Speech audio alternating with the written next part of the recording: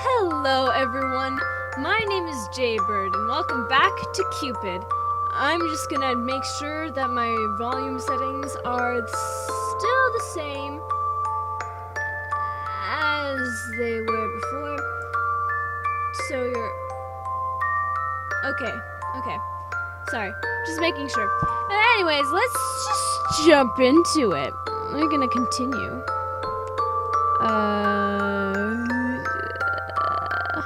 Here. There we go. She sat down in front of the piano.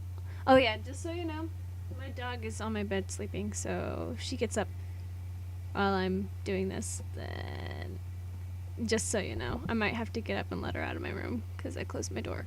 Because I don't like I don't like having my door open when I'm recording. It feels more private when it's shut. You know? Just taking a screenshot for the thumbnail. You know how we do it here. Maybe. I don't know. She sat down in front of the piano, admiring the cream and ebony keys underneath her fingers. Her own piano was broken and beaten. Father had sold his horse for it.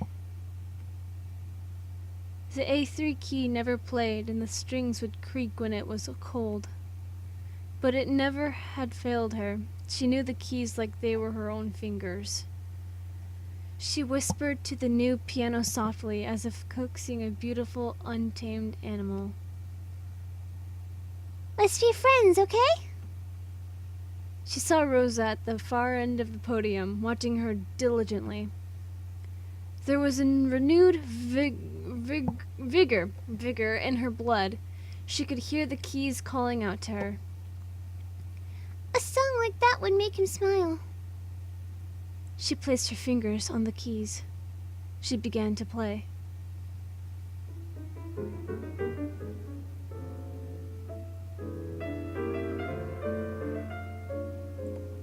I like how her fingers aren't moving.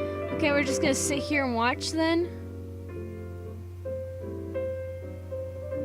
Am I supposed to click? I don't know what I'm supposed to do.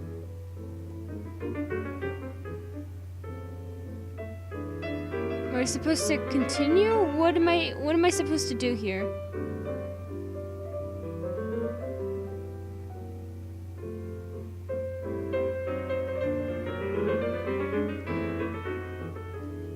Am I supposed to click?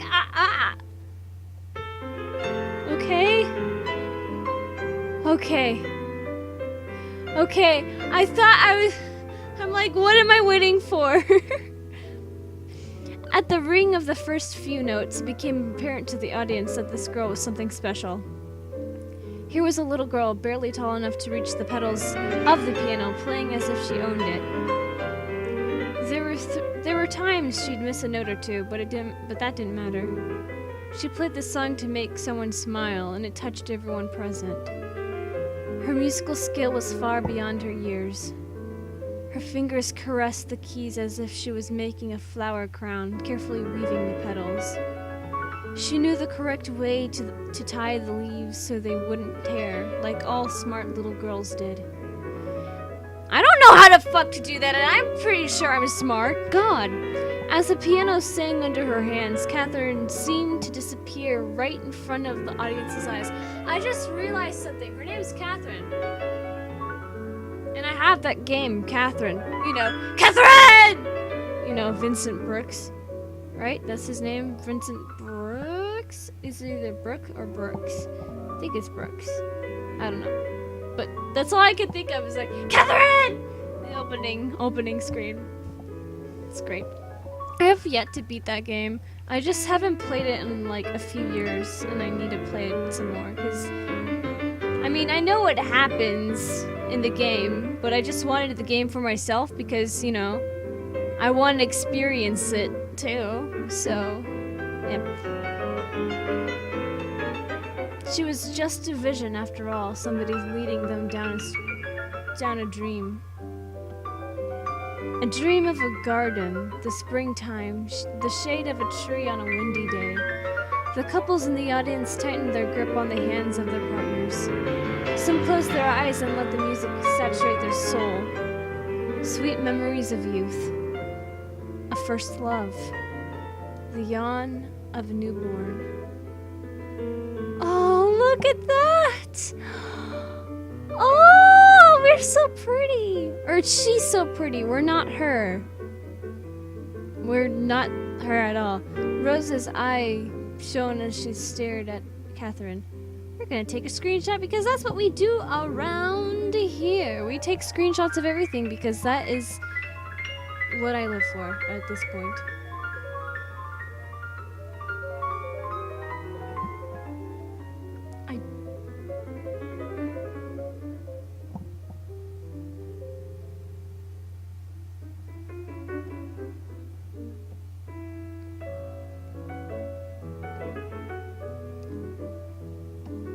Her heart was captured by this image of her. A young girl swaying her head to the music, smiling as the notes poured out of her. She couldn't take her eye away from Catherine's glowing face. Was this happiness? Was this love? She looked like she was in love. And she was, wasn't she? In her innocence, she was still in love with life. In love with her family, with her pets, in love with every new discovery. She was full of hope. And it was a bittersweet feeling for Rosa. A happy teardrop rolled down her cheek. She wanted to warm herself in that hope, if she could. In the audience, and Catherine's father sat beside each other.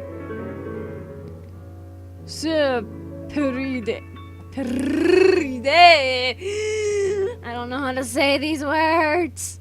Your daughter is amazing. She is, isn't she?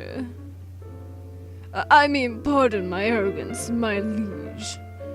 I am very proud father. I am a very proud father. You see, father. I don't know what accent I'm giving him now. No pardon necessary, sire. Has she found a sponsor yet? The Duke of Versailles,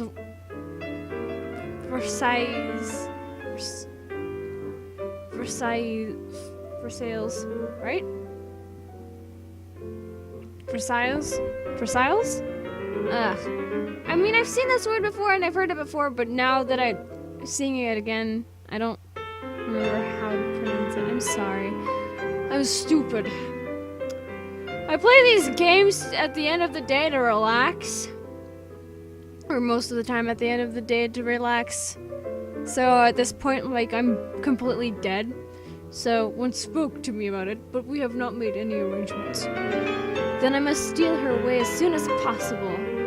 Sire, I'd like to be Catherine's primary sponsor, if that is all right with you. Why, sire? And to further cement my status, that piano she's playing right now, it is hers. I've bought it for her. Francois! I don't know how to pronounce that word! Francois?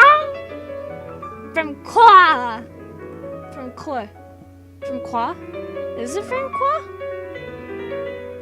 I don't know how to pronounce these French words, okay? I'm really going southern. Eyes widen in astonishment. That is... Francois! I don't know how to pronounce these names. I'm sorry. If it's Francois, I'm gonna high-five myself. And if it's not, I'm gonna cry. I will cry. Wah, wah, wah. Oh, I'm yawning. Oh, I'm yawning. Fuck, I'm completely fucked in life, aren't I? Yes, I am. Actually, never mind. I'm looking it up right now because I'm stupid. Come on, fucking work. Fucking piece of shit.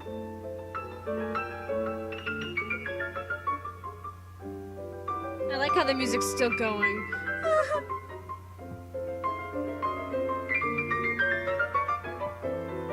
And now my dog's singing.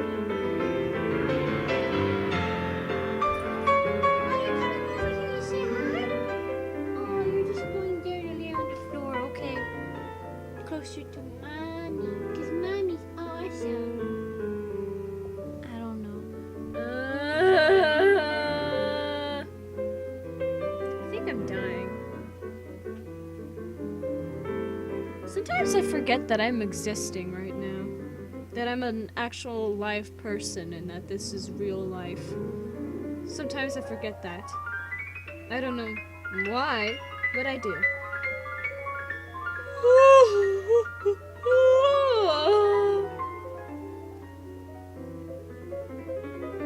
Okay. Let's see.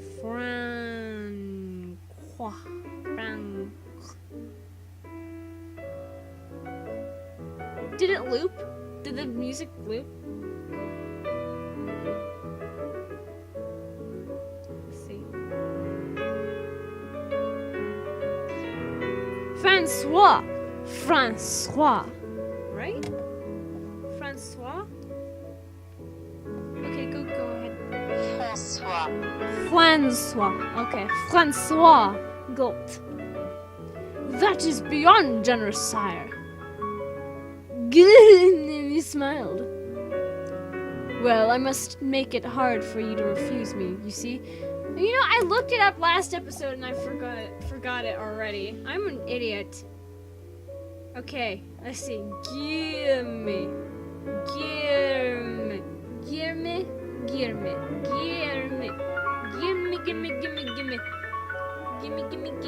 all your money. Gimme. 'Cause I am poor as fuck. Thank you. I wrote that song myself just now. Give me $10 for that. This internet connection isn't stable right now. Thank you! I totally needed to know that.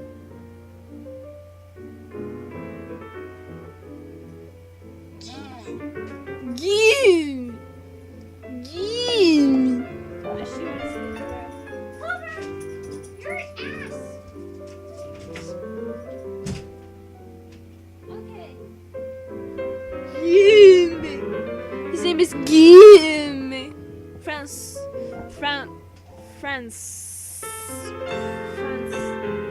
Fucking forgot how to say it again. Fuck's sake. Francois?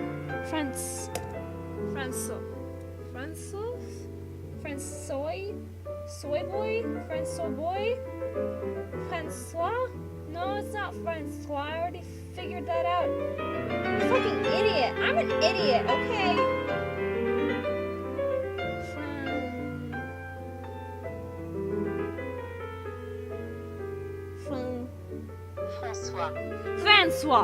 Francois.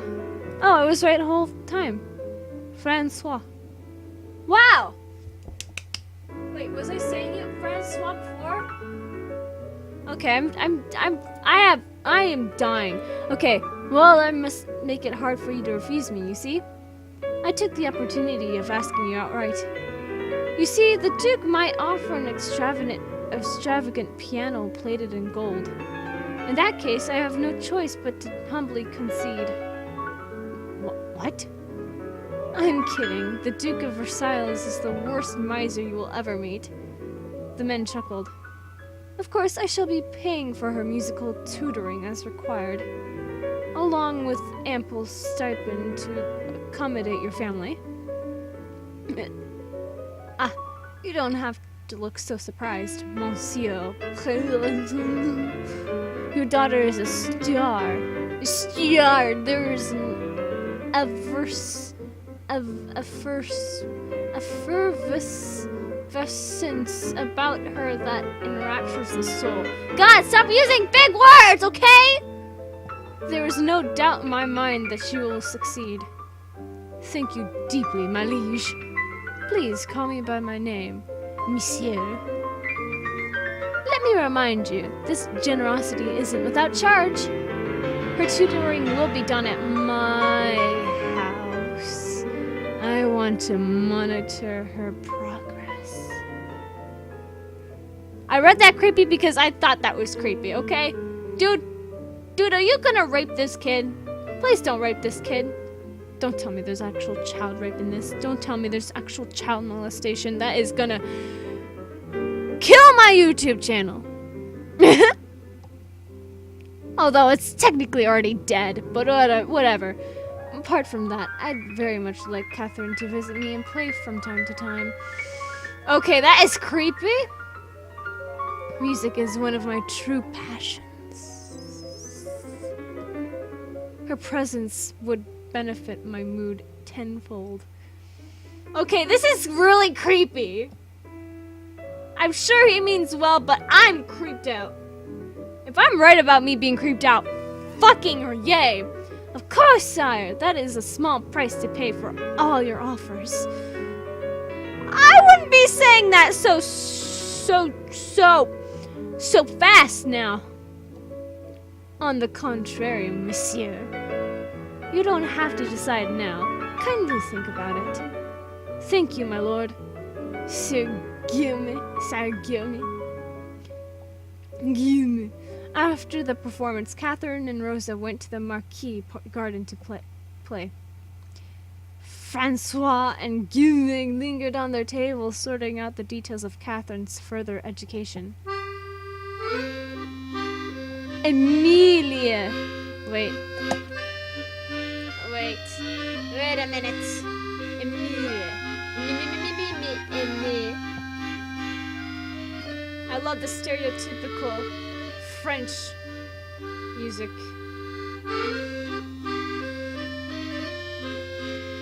Emilia. Oh, it's Emilia, but Emily. I need to look up how to pronounce the last name.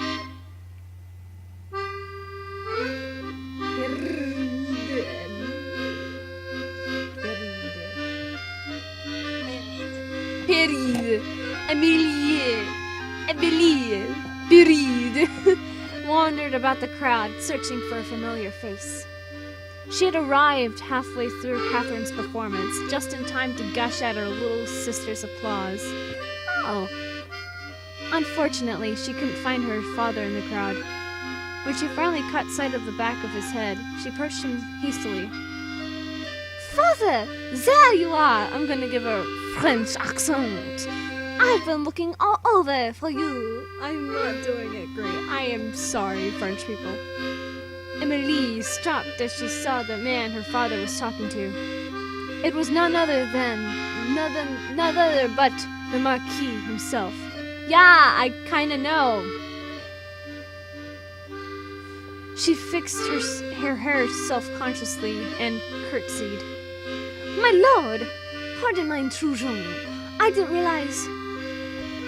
Guillemot smiled at her kindly. You are free to intrude any time, my lady. Milady, chips fedora. Emily smiled back. Just as the rumor said, the Marquis was easy on the eyes. Yes. Though his eyes do look rather dead inside, I find that suspicious. To whom do I owe the pleasure of your acquaintance? This is my eldest daughter, Emily. Pardon me for not introducing her sooner. Charmed. Guillemot offered her a seat. Emily sat down across the man. What? Oh. I thought she just laid down on him. Ah! Well, it seems talent and good looks run in the family. You hitting on her? You hitting on her? First it's his daughter! First it's his little girl, and now you're hitting on the big sis! Boy!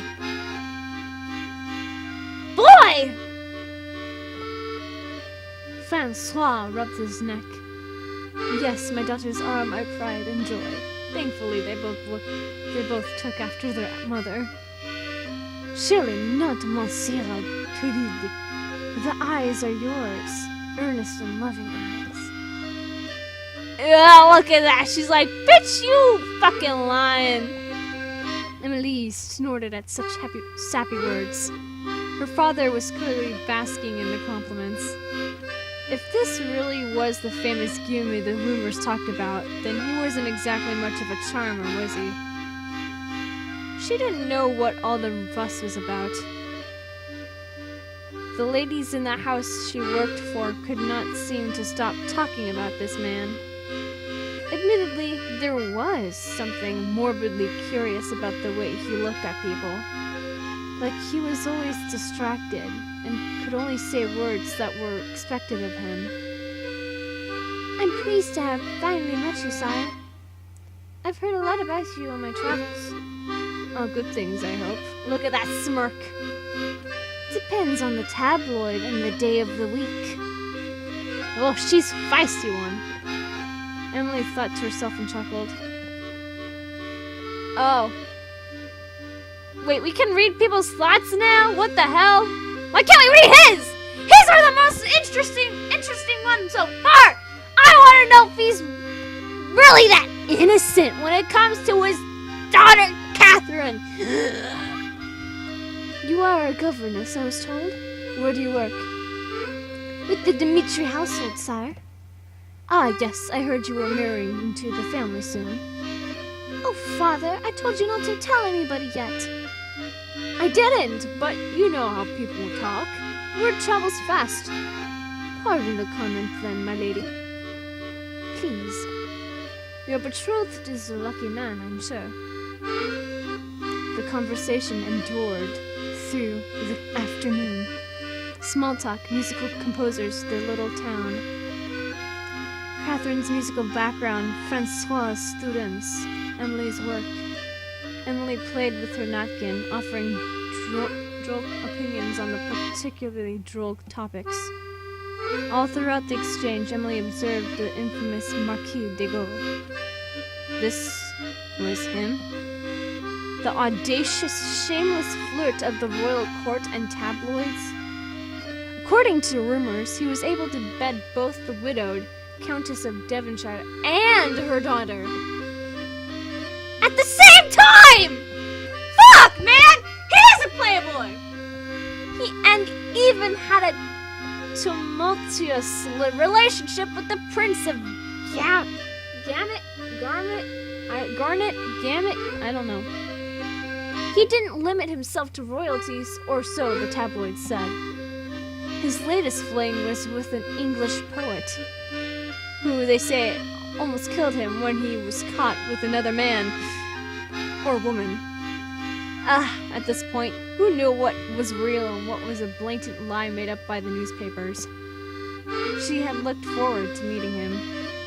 And here he was, finally, talking about sampling the new bakery's creme brulee. She couldn't say she was disappointed exactly, but the Marquis was a depressingly normal man. Maybe even boring, Emily ventured. She watched as his gaze flickered across her hair and her nose before lazily trailing away. How infuriating. She wondered if he would suddenly say something coy, or insist to dance with her. Just something outrageous. Honestly, so she could shoot him down. This man whom everyone was interested in. That would be a small victory for reasonable women everywhere. But the Marquis was nothing but polite. He did not ogle. He did not touch unnecessarily. No audacious gestures or suggestive winks of the eye. He would not even look at her for more than 2 seconds. He would not even look at her for more than 2 seconds! Yeah, because he's interested in Rosa. Maybe she was not pretty enough to flirt with? Emily bit her lip. She couldn't be thinking that. But she shouldn't be thinking that, but... Look at this man. Perfect image. Perfect image. There were also times that he would quietly look into her eyes when the conversation lulled. When the words spoken were without meaning, their eyes would converse further. Oh! He's glowing! It burns! To Emily, he'd started to look lonely underneath the facade of Caprice. He seemed tired of all the gallivanting, the rumors and their numerous flings. We are all a little lonely, aren't we? Perhaps even he. I'm lonely. I'm lonely as fuck. I ain't getting laid at all. But my friends are. Well, one is. Maybe. I don't know. He invited the family over to his chateau and then commented on how empty the building felt sometimes. Music was his guilty pleasure. It got him through the cold nights, he said with a sad grin. How he wouldn't mind a warm soul to touch. And before she could stop herself, Emily had begun to imagine his lips on her neck. Why? On top, one on those. On one of those cold nights. I saw some blood. Wait, can I go back? One of those. Ah, cold. Ah! I caught it. Oh shit. Dang. I'm gonna take a screenshot and not use it for the thumbnail, but fuck. I don't know what I'm gonna use for the thumbnail now, actually. Glad I caught this though. Shit. I thought that was like being like bites or something. Flesh missing or anything like that, but no. Like chunks of flesh like gone, but no. It's just hair. Nights. Amelie shook her head, trying to erase the thoughts in her mind. You pervert! They were having a perfectly mundane conversation. She didn't know where those thoughts came from. From down here? Fortunately, her father didn't seem to notice. Music and loneliness struck a nerve with Francois. Harid. He had immersed himself in his music tutoring, his students, and Catherine, ever since his wife had gotten sick. It had been 6 years, but sometimes the nights were cold. For Francois, the Marquis was speaking to his soul. He was a kindred spirit. He was in a pompous showboat, like all the other royalty Catherine had played for. The Marquis even had a wine collection he wanted to show Francois. Such a down-to-earth, generous young man! Emily, your face is flushed. Are you alright? I'm fine, just the sun, probably. This was not true, of course. Clearly. The afternoon sun had already lost most of its heat. Thankfully, Catherine provided a distraction. She ran towards their little huddle and flung her arms around her father's torso, chattering happily about gardens and butterflies. Where's Rosa in all this? Oh, there she is! Speak of the fucking devil! A young, ragged girl followed behind her. Emily wasn't sure how old the girl was. Her dirty blonde hair hid the left side of her face. You could just see faint traces of scars peeking through. A surge of motherly affection caught hold of her heart. Hello there, young lady. The girl looked down at her toes, but she gave her a shy smile. I see you've made a crown of flowers. You look very pretty. Thank you, madame. Catherine gave it to me. Sister, this is Rosa. She's really nice. She knows the name of all the flowers in Sir Gilly's garden. Catherine, there you go again with your silly names. Sister, help me convince Papa to let Rosa stay with us. Catherine? Papa, please. Please let her stay with us. She doesn't have anywhere to go. Now, Catherine, that is not very nice. Rosa here is a girl. She is not a kitten you can just pluck from the street and take home, like you always do with stray animals. Goodness knows we have all the stray cats of France living in our house. Yes, I know she's not a kitten. I know she's a girl. But shouldn't we take her home even more so? Francois sighed. Guillermo chuckled under his breath. He was clearly enjoying this exchange. Is he gonna offer us to live with him here? That's gonna be great. Your daughter has some very unique views, Parade. Well, Sir Gilly, what do you think? Huh? Guillermo's face lost his casual bystander look. You're a Marquis. I'm sure my father wouldn't follow your orders, right?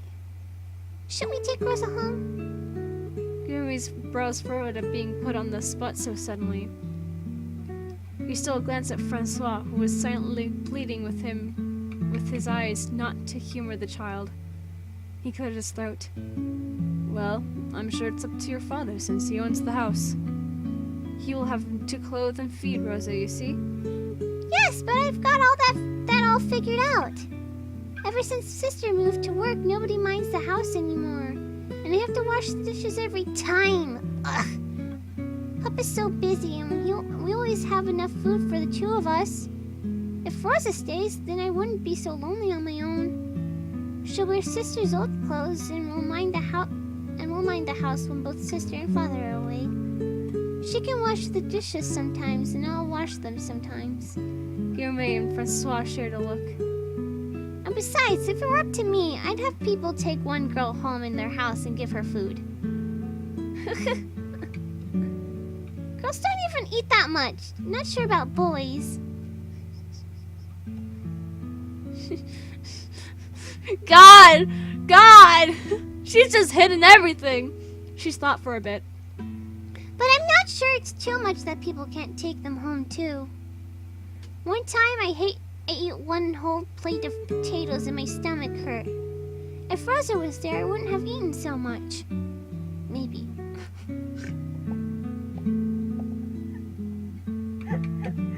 One time I had too many potatoes. I had too many potatoes and my stomach hurt. Afterwards, I had a big old shit. Spent like 50 minutes on the toilet, trying to get all those taters out of my system. I'm sorry. Guillermo couldn't help but laugh. Francois rubbed his neck in embarrassment. I'm so sorry, sire. She's very headstrong. Father, I'm sure taking Rosa in wouldn't be much trouble for us financially, yes? My new work pays better. I'm sure we can adjust. Well, about that. Perhaps if Rosa works in my household, it wouldn't be much of a burden to your family, Sir Purity. Sir Gilly is great! You truly are a kind soul, sire. I knew he was gonna offer something to us! Not at all. I'm sure I need her help more than she needs mine. Isn't that right, Rosa? Look at me. In that case... Oh shit, I forgot. That was her talking. I'm an idiot. In that case, I would love to offer my home to Rosa. Although I'm still worried that this is supposed to be more complicated, sire. What about her family? Or her friends? Are we violating any laws, perhaps? I'm not even sure. As long as it is consensual, sire, the details can be smoothed out later. The girl was quiet the whole time. She was looking at her toes or at Catherine. Rosa, do you have any family? Relatives or friends you stay with? No, sire. My mother died a long time ago. Oh, is it our ghost haunting her? Be like, don't do this, do this. But she guides me always. Ah! So please don't be compelled to mind me. No, don't go back to the streets, Rosa. It's September. It's going to be really cold soon. Sir Gilly will even give you work. Stay with us. But, Catherine... Francois sighed in surrender. All right, she can stay for the night. Papa! Just for tonight. Then we'll see if she wants to stay for longer. Catherine, you cannot hold people in their place just because you want them there. Do you understand? If Rosa wants to leave, she may leave. You cannot keep her like an object. Gary cleared his throat. That is sound advice, Sir Parade.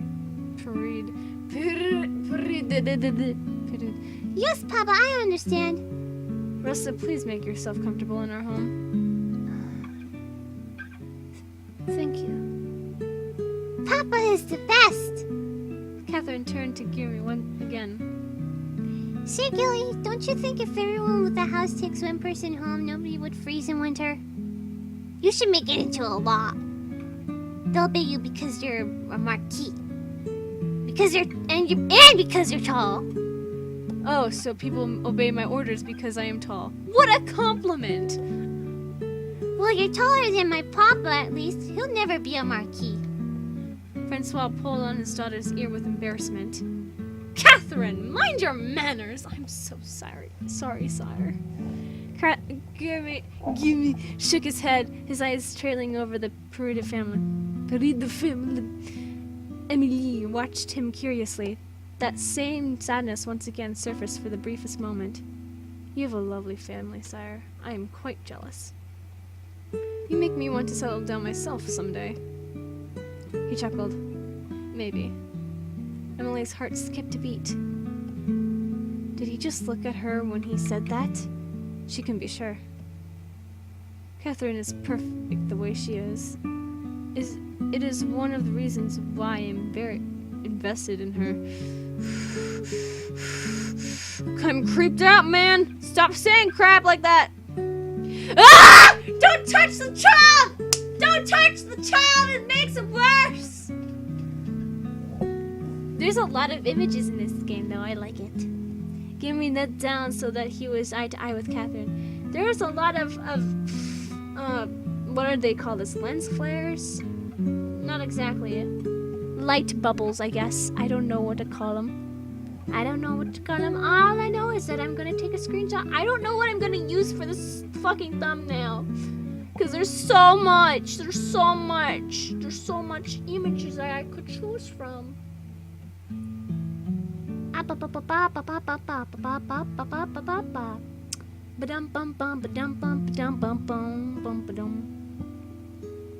Giving it down so that he was eye to eye with Catherine. And he patted her head, clearly. You are a very intelligent and kind-hearted girl, Catherine. You are a star. I am not French. All I can do is and sing like one French. No, I know two French songs, I guess. Sort of.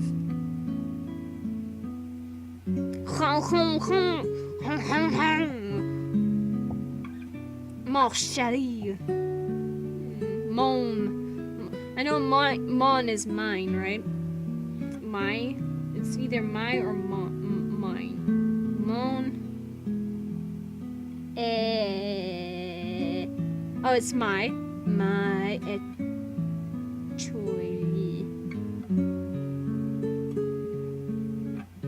My star. Mon étoile. Mon étoile. There we go. Someday I know you will change the world. At least I'd like to see you try. Mother. Oh! Wait. Oh. Ah! I caught it! I caught it! I'm the screenshot master! Woo! Screenshot master. I take screenshots of everything. Ah! Why? Why do I do this to myself? These things are just not meant to be screenshotted, but I'm doing it anyways because I'm an ass.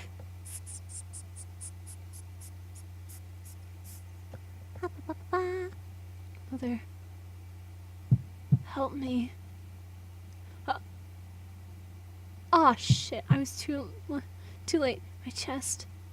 Oh fuck! Why won't it let me do it? Wait, go back. Ah ha ha!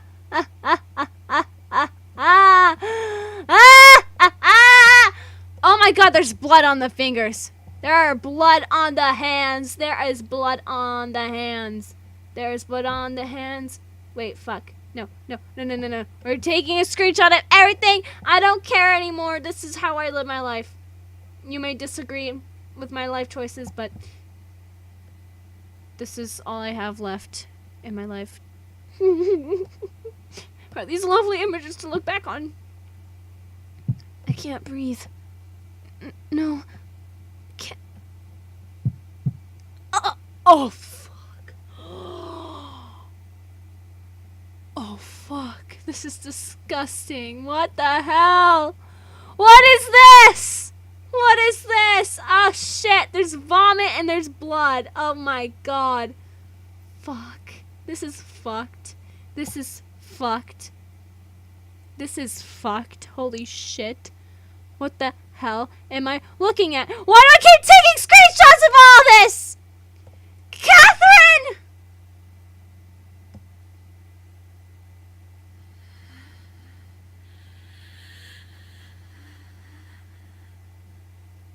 Wait. Is Catherine dead? What?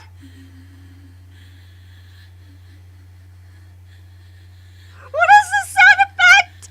I'm creeped out! Oh my god! This is creepy! It's funny, is it not? I'm gonna wait, go back. I'm gonna no, go back! I'm gonna save! Fuck. Okay. It's funny, is it not? They always leave you. Such is the way of the world. The more you love, the more you lose. Oh, it seems like they'll stay forever, but they never do. I'm the only one who stays, my lovely rose. My love is the only love you need. You are always so weak. Always so loving to people who did not deserve it. I told you to get rid of her, didn't I? I told you to be wary. I knew it from the start, my rose. She was nothing but selfish. She led you astray. What am I supposed to say here?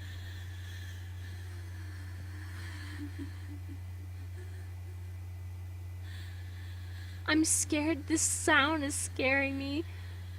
She led you astray. She was nothing but selfish. She led you astray. She was nothing but selfish.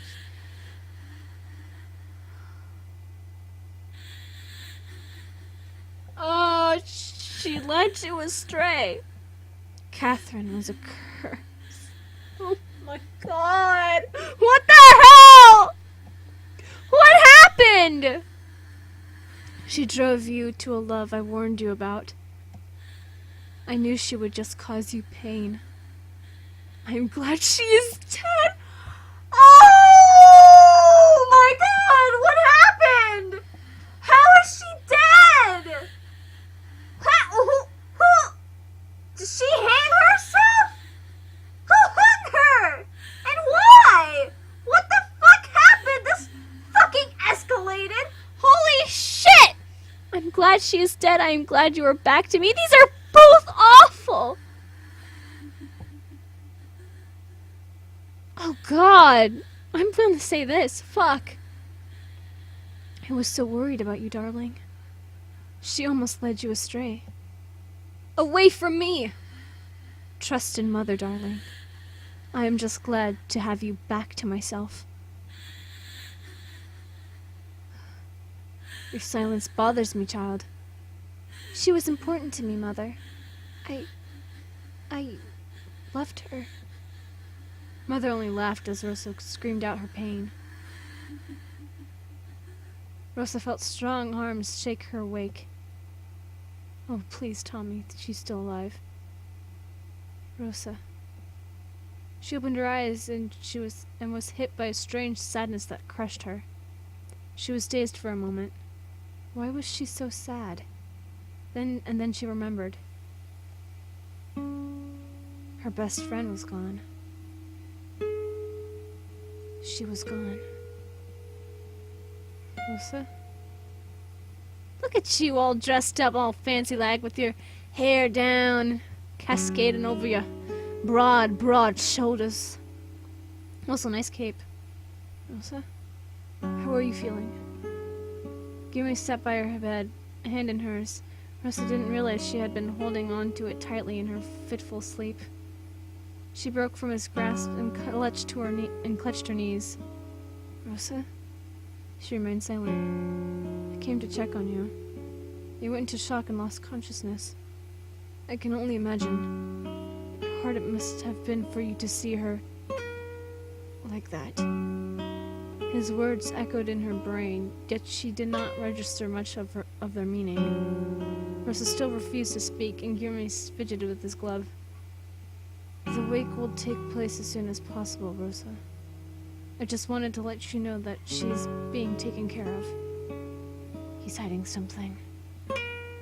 There was a slight triumph in Mother's voice. He wants to get rid of her body as soon as possible.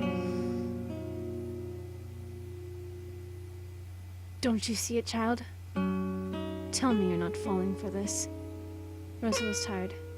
Mother, always a cynic, would say such things. She hated anyone who came close to Rosa's heart. Rosa didn't want to hear it.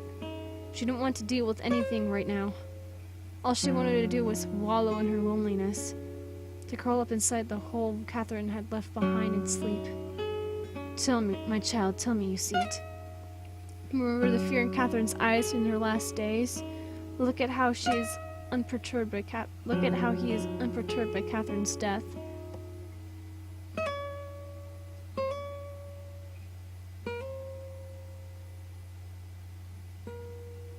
I'm not gonna say that because people deal with death on their, in their own ways. So I'm gonna say this instead, because that makes a little bit more sense. You have seen it, haven't you? She was mostly hostile, but sometimes with her sanity returned, she was afraid.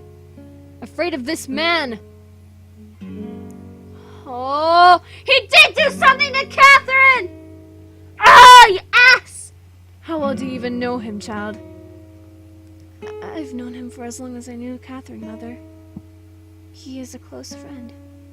I didn't ask how long you've known him, but how well! Beyond the mask that he displays in public view, do you even know his past? Do you even know any of his ambitions or secrets? Well, do I? He was always a private man, Mother. Think back, child! Isn't it curious how all his past relationships have ended in disaster? Everything he touches crumbles. That is not enough to accuse him of anything. You idiot! He is different! He does not belong! You have felt it too, haven't you? Rosa looked at Gumi with new eyes now. A hint of doubt slithered out from beneath her sadness. Rosa wanted something to blame, a cask for all of her regrets. Gumi seemed like the perfect candidate, didn't he? Yes, you're finally seeing it. Open your eyes, child. It made sense. Gumi and Catherine's relationship began to pewter off into coldness right before she died. Her mental instability only served to compound the fracture in the relationship. Perhaps Gumi was tired of her and had her killed off for convenience? No! Or perhaps Catherine, in her psychotic state, killed herself to spite him? Maybe that. Rosa stared at the man beside her. He's not to be trusted, child. He is a demon. Gumi returned Rosa's angry stare with a resolute look. I know you must hate me, Rosa. I am aware that I only aggravated Catherine's condition with my presence. I know the feeling when I am not wanted. He stood up, a hard yet kind look on his face. Just remember that I will always be here for you. As much as I was there for Catherine, even though she spat me out. Rosa bit her lip. When Catherine had refused to eat, it had been Gumi who fed her and attended to her. Despite Catherine hurling abuse at him, he had tried to care for the sick woman himself. Lies! All lies! Keeping up appearances! Then what is it that he has done, Mother?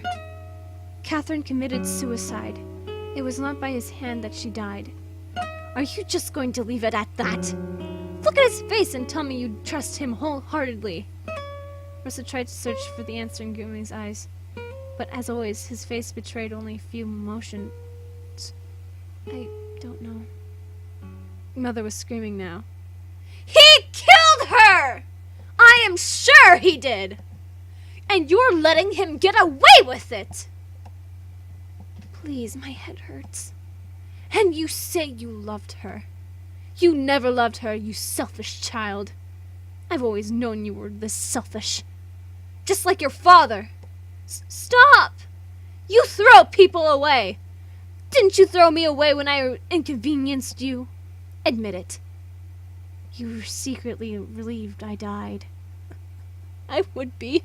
Fuck. Mother is an asshole. No! Stop it! She screamed back at the last voice. Her mouth quivered. Yumi stared at Rosa in shock. The outburst had accidentally come out loud. It pulled a plug that kept the tears from pouring out.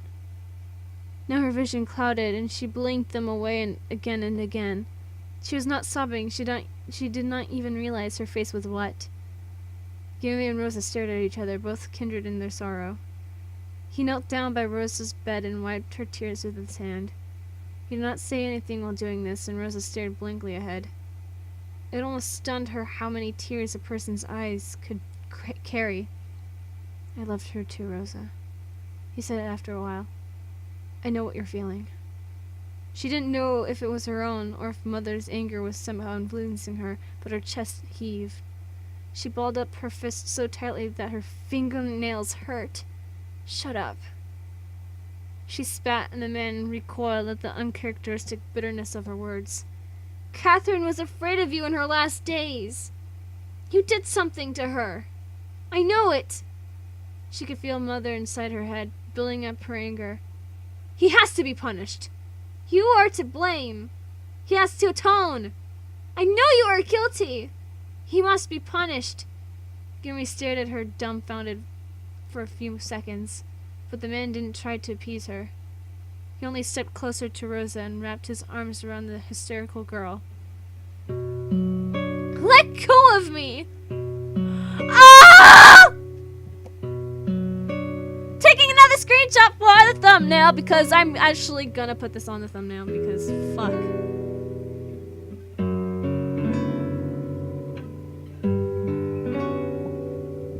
I am so disturbed.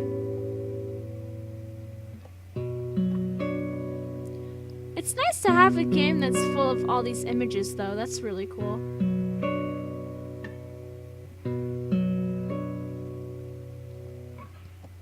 I hate you! Let go of me! Let me go! Wait. I hate you! Let me go! But Gimli didn't. If you need something to hate, then I'll accept your hate. But you must accept my comfort, too. I need you too right now, Rosa. You are the only one who loved her as much as I did. Gimli's words brought back Catherine in Rosa's mind. Almost at once, the anger was replaced with a sadness so heavy she couldn't breathe. Why was she so angry again? She was focusing on anger instead of pain. It was easier. The real tears came, all for the loss of the girl they both loved. Tomorrow was not going to come. There was only right now, the loss and two friends mourning a loved one. Rosa cried until she thought she wouldn't be able to stop, and Gimli quietly held her. Slowly, her weeping began to subside into sobs, and only then did he speak again. Stay in the chateau, Rosa. I know you are thinking of leaving now that Catherine is gone, but I can't let you wander the streets again. I will take care of you. It's what Catherine would have wanted. Like a spell being broken, these words brought back her anger. How could you possibly know what Catherine wants? She pushed his arms away from her. She's dead. Gimli's mouth pursed, and he stepped away. I want you to go. Please leave me. Gimli sighed and closed his eyes. I understand. He turned on his heels and left without another word. Hours seemed like minutes to him. was like a few seconds, actually. She would fall asleep and awaken in unfit intervals so often that she had lost the exact time. Awake, she would stare at a part of the wall with no coherent thoughts forming in her mind. One would think morning should be spent in a depressive frenzy. All the reasons to grieve were yours, after all. She could wail now if she wanted. She could pull on her hair, curse the skies. She could reminisce the past, admire the frailty of human lives. Unfortunately, it was something less poetic. Pain was simple. It was clean. It was a well-sharpened knife that sliced through the heart in one stroke. No blood, no mess. Empty. When tears were spent, there was just a hole where your heart had been. The hurt called out to you. It lingered. But since there was nothing there anymore, you couldn't find where the pain ended and you began. Rosa slept all day. The sun had gone down twice before she shifted from her bed. She stood up slowly, deliberately, with a purpose. My child, you know I hurt when you're hurt. Already a surge of power flowed within her, fueled by her grief. Don't tell me we're going to hurt ourselves again. The power filled her up, and there was so much emptiness inside that the energy seemed to saturate her whole body. Purpose was always a balm for grief. Mother, tell me what to do. Justice, retribution, justice, retribution. I don't know what retribution is. Wait a minute, let me look it up. I feel like I know what it is. But I'm going to look it up anyways because I'm stupid. I don't know how to pronounce things or anything like that because I'm stupid. Why do I keep singing songs about how stupid I am? I don't know, it's kind of catchy if you think about it. Why the fuck isn't Google working on my phone? I guess I'll have to look it up on my computer. Retribution. Retribution. Oh, that is something that I don't want to do. I would rather do justice. These are basically the same thing. Let's do justice instead. Start with his guilt, child. Then deliver punishment fitting for one so vile. No! I don't think he's guilty. Why do I keep singing everything I'm saying? He cannot get away with this. Ah! Achievement unlocked! Justice fighter. Rosa didn't speak, but she started to form the words in her mind, feeling them in her bones, giving life to every thought. I'm gonna save here. Now go back and I'm gonna save here. Cause this is chapter 2 and we already finished chapter 1. And I don't wanna finish chapter 2 in the whole video. Ooh. Why do I keep singing? But this is an interesting image. This is a very interesting image. I'm gonna take a screenshot, but for the next thumbnail. I don't know what thumbnail I'm gonna be using today. It'll be a surprise. It'll be a surprise for the whole family. I don't like this music, by the way. It's scary. I'm scared. I'm low-key scared right now. I do not know what I'm gonna do, and I'm afraid of the outcome. I don't want to kill him. He seems nice. I mean, yeah, he seems nice, but I don't want to be accusing people of killing somebody. I have to have complete evidence, and I'm not sure if that's really evidence. But anyway, guys, I think that's gonna be it for this episode of Cupid. No, that is gonna be it. So anyway, if you guys enjoyed this episode of Cupid and you want to see more, leave a like down below, leave a comment down below, share with your friends, subscribe if you haven't, ring that notification bell. And remember, just like Catherine, die safely.